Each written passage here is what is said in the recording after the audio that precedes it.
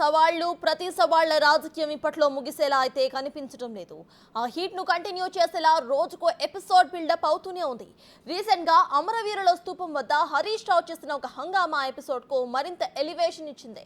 ఇంతకీ సీఎం రేవంత్ రెడ్డి చేసిన సవాలేంటి? చేసింది ఎవరికి? మధ్యలో హరీష్ రావు ఎందుకు వచ్చారు? What's it? నిన్న చేయకపోతే రాజీనామా చేస్తావా అని నేను హరీష్ రావుకు సూటిగా కేసీఆర్ సవాలు విసురుతున్నా. 15 ఆగస్టు లోపల రుణమాఫీ నేను చేస్తా, నేను రుణమాఫీ చేస్తే నీ పార్టీ నువ్వు రద్దు చేసుకుంటావా? సవాళ్ళు స్వీకరించు. 15 ఆగస్టు లోపల 2 లక్షల రుణమాఫీ చేసి చూపిస్తా. విన్నారుగా సీఎం రేవంత్ రెడ్డి చేసిన సవాల్. ఏమన్నారు? 15 ఆగస్టు లోపల 2 లక్షల రూపాయల రైతు రుణమాఫీ చేస్తే బీఆర్ఎస్ పార్టీని రద్దు చేసుకుంటారా అని.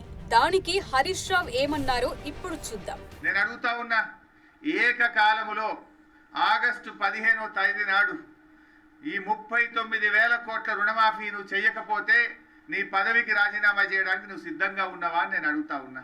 ఇది సంగతి. సీఎం గా రేవంత్ రెడ్డి హరీష్ రావు ద్వారా కేసీఆర్ ను సవాల్ చేశారు. ఆ సవాల్ కు కేసీఆర్ స్పందించలేదు. హరీష్ రావు మాత్రం రుణమాఫీతో పాటు 6 గ్యారంటీలను అమలు చేయాలని, లేదంటే సీఎం పదవికి రాజీనామా చేస్తారా అని ప్రశ్నిస్తున్నారు. అడిగిన దానికి స్పందించని హరీష్ రావు ఇష్యూను డైవర్ట్ చేయడం కోసం ఇతర అంశాలను ఎంచుకుంటున్నారనే విమర్శలొస్తున్నాయి.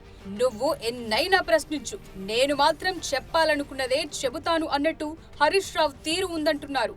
సీన్ కట్ చేస్తే అమరవీరుల స్తూపం వద్ద హరీష్ రావు చేసిన హై డ్రామా అట్టర్ ఫ్లాప్ అయ్యింది. 10 ఏళ్ల పాటు అధికారంలో ఉండి మంత్రిగా పనిచేసిన వ్యక్తికి ఏ ఫార్మాట్ లో రాజీనామా ఇవ్వాలో తెలియదా అంటే రాజీనామాను స్పీకర్ ఫార్మాట్ లో కాకుండా 2 పేజీల నిండా రాసేసి తాను చేస్తున్నది పొలిటికల్ పర్ఫార్మెన్స్ అని తేల్చేశారు. హరీష్ రావును కడిగి పారేశారు CM Revanth Reddy. Speaker format లో కాకుండా మామ చెప్పిన శీర్షపద్యం రాసుకొచ్చారని ఎద్దేవా చేశారు. నిజంగా మీరు ప్రజలకిచ్చిన హామీలు అమలు చేసేది నిజమైతే గన్ పార్క్ దగ్గరికి రండి. ఈ గన్ పార్క్ దగ్గర అమరుల సాక్షిగా ప్రమాణం చేద్దాం. మేధావుల చేతుల్లో లేదా ఇక్కడ ఉన్న జర్నలిస్టుల చేతుల్లో మీ రాజీనామా, నా రాజీనామా కూడా పెడదాం.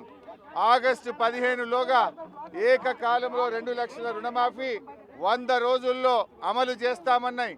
బాండ్ పేపర్ల మీద రాసిచ్చిన 6 గ్యారంటీలు అమలు చేస్తే నా రాజీనామా పత్రాన్ని నేరుగా స్పీకర్ గారికి ఇవ్వండి.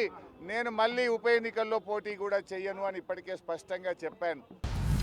ఇవాళ ఏమంటున్నా, అమరవీరుల స్తూపం దగ్గరకు పోయి దాన్ని కూడా ఆయనకి ఎప్పుడు మోసం చేయాలనిపిస్తే ఆ మోసానికి ముసుగు అమరవీరుల స్తూపం.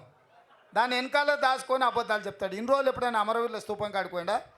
ఇవాళ పోయి చెప్తున్నాడు ఈ రైతు రుణమాఫీ కాదు ఇంకేంటి ఒక కండిషన్లు చెప్పి ఇవన్నీ చేసి ఇంత పెద్ద లేఖ రాసుకొచ్చారు. రాజీనామా లేఖ అట్లా ఉండదు. నాకు ఎవరో చూపించారు, మొత్తం సీసపత్యం రాసిండు దాంట్లో, వాళ్ళ మామ చెప్పిందంతా.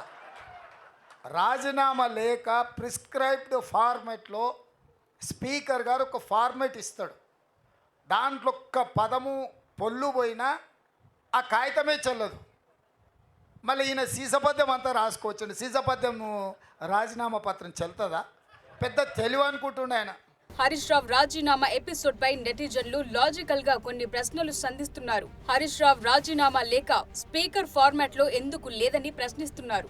6 సార్లు ఎమ్మెల్యేగా గెలిచి శాసనసభ వ్యవహారాలు చూసిన ఆయనకు రాజీనామా లేఖ ఎలా ఉండాలో తెలీదా అని సెటైర్లు విసురుతున్నారు. రాజీనామా చేసే ఉద్దేశం ఉంటే స్పీకర్ కి ఇవ్వాలి కదా అన్నది మరో ప్రశ్న. అలా కాకుండా అమరుల స్తూపం దగ్గర జర్నలిస్టులకు ఇవ్వటమేంటని నిలదీస్తున్నారు. లేఖను స్పీకర్ ఫార్మాట్ లో రాస్తే ఆమోదిస్తారనే భయంతోనే ఇష్టానుసారం రాశారని ట్రోల్ చేస్తున్నారు.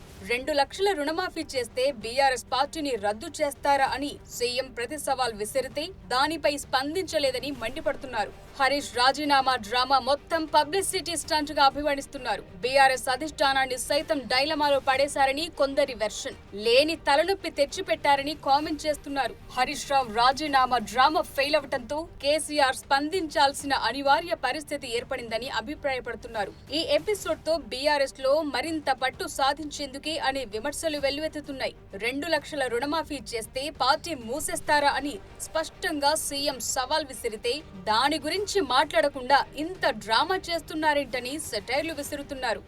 మొత్తంగా రాజీనామా లేఖాస్త్రం బీఆర్ఎస్ కు కొత్త చిక్కులు తెచ్చిపెట్టింది. ఇంత జరుగుతున్న హరీష్ ఎపిసోడ్ పై కేసీఆర్, కేటీఆర్ ఎందుకు స్పందించడం లేదనే ప్రశ్నలు నెటిజన్లు లేవనెత్తుతున్నారు. తాము సైతం ఇబ్బందుల్లో పడతామనే స్పందించడం లేదని అంటున్నారు.